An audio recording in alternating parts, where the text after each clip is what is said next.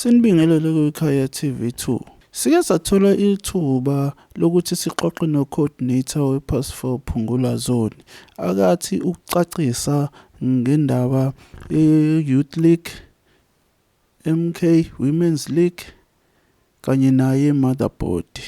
Akumuzweke eyicacisa. Sikubingelele yithi coordinator we-Phungula Zone. Yes, coordinator. Mfowethu kade kune meeting ekade ikhona. Ibithini into ye-meeting ekade nihlanganisele namhlanje? Sibonge umsakazi sibingelele ke mhlawumbe nababukeli bekhaya TV to know bekhaya TV2. Mfowethu la eMlazi sinobuholi bePass4 Phungula Zone okuyibona obucoordinator into yokusebenza kwama branch nama leagues okuyi responsibility yabo njenge-Motherboard yaseMlazi. So during ama-election kuke kwaba nenkinga eke yathi ukuvela ebeyithinta i-Women's League. So ke leyo nkinga ke comrade bekubiza ukuthi namhlanje asizoyicacisa kuma comrade ake aba naleyo confusion ngoba kubonakala sekwenzeka izinto ngaphandle kolwazi lobuholi bePass4 Phungula Zone. But basically umhlangano wanamhlanje bawuzo streamliner yonke into yama structures ngokwePass4 Phungula Zone.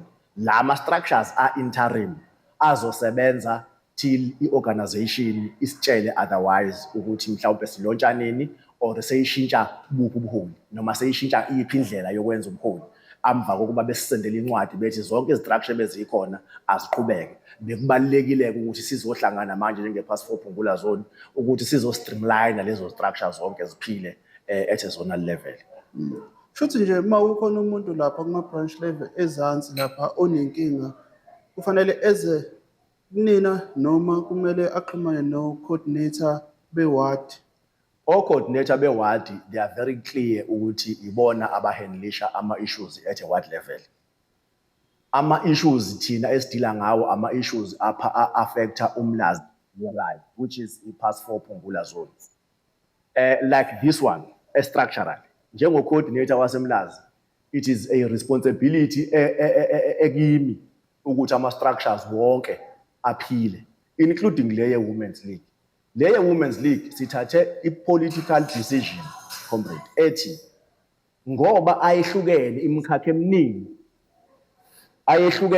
eminingi before ama-election, sathi ngeke sikwazi ukuyilungisa manje lento siya kuma-election ama-comrade awame sizothi ke mase sidlulile kuma-election bese siyawaphinda ke si-reignite indaba yabo njengomama bakwazi ukuqhubeka nemisebenzi yabo.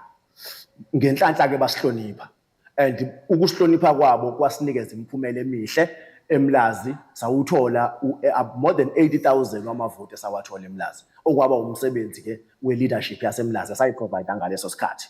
So ke comrade uma sekudlulwe lapho kwase kuba khona nabanye abantu kwasebeqhamuka futhi nabo sebethi bazobeka istructure. We understand ukuthi i-organization operate kanjani. So kunabantu aba-appointiwe from somewhere by someone who came in kwiPass4 Phungula Zone ngaphandle koku-understanda kwethu mhlawumbe siyi-leadership yePass4 ukuthi sekunesimo esikanjalo ba-create ezinye istructure phezu kwe-structure esikhona. Iyona nto ebesifuna ukuzoyi-iona out ke namhlanje ukuthi cha nasi structure esirepresenta wonke ama-ward awu-12 akwiPass4 Phungula Zone e-Women's League. Hayi kuyazwakala. Ngabe mhlambe kwi-structure se-Women's League ama-ward amelelekile wonke noma kumele kube njalo? Kumele kube njalo futhi wonke amelelekile. Abantu njenganamhlanje nje ebebengekho beku-ward 83 no-78 abangabanga khona ngoba bexolisile, hayi ngoba kuwukuthi they are not represented in the structure. Okay, hayi siyabonga. Siyabonga kakhulu. Siphinde futhi sathola nethuba lokuxoxa nomholi we-MKP Women's League azokathi ukucacisa ngako konke ukudideka esinakho nge-Women's League nezinto nje ezenzekalayo emawadini. Akumuzweke. Siyakubingelela kwikhaya TV2. Kunjani?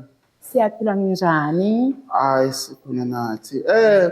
Nakho ngizwa la engazathi wena umuntu omele i-Women's League ye-MK Party.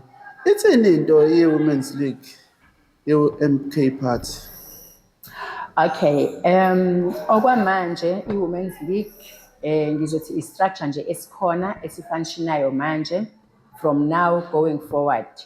And ama-challenges akhona siyimisela ukubhekana nawo nanganoma iyiphi indlela ekufanele mhlampe sizobhekana nawo ngayo.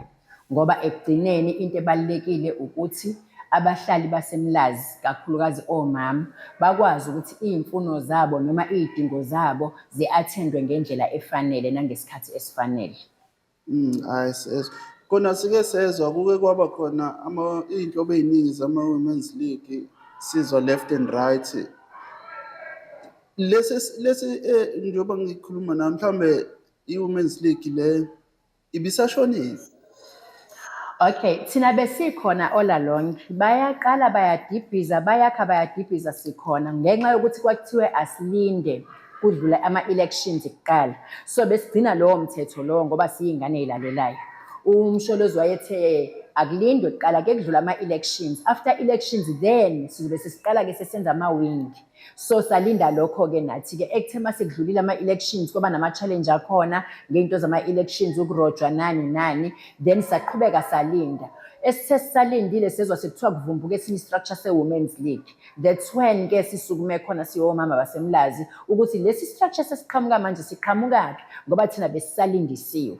Then ke i-task team yaseMlazi ibe isihlanganisa ukuthi no ake sihambe siye kwi-region siyoyizwa kahle le ndaba ngoba phela besinabantu besibamisile la ngoba sazi ukuthi kusanama-challenges akhona ngey'ndaba zokhetho.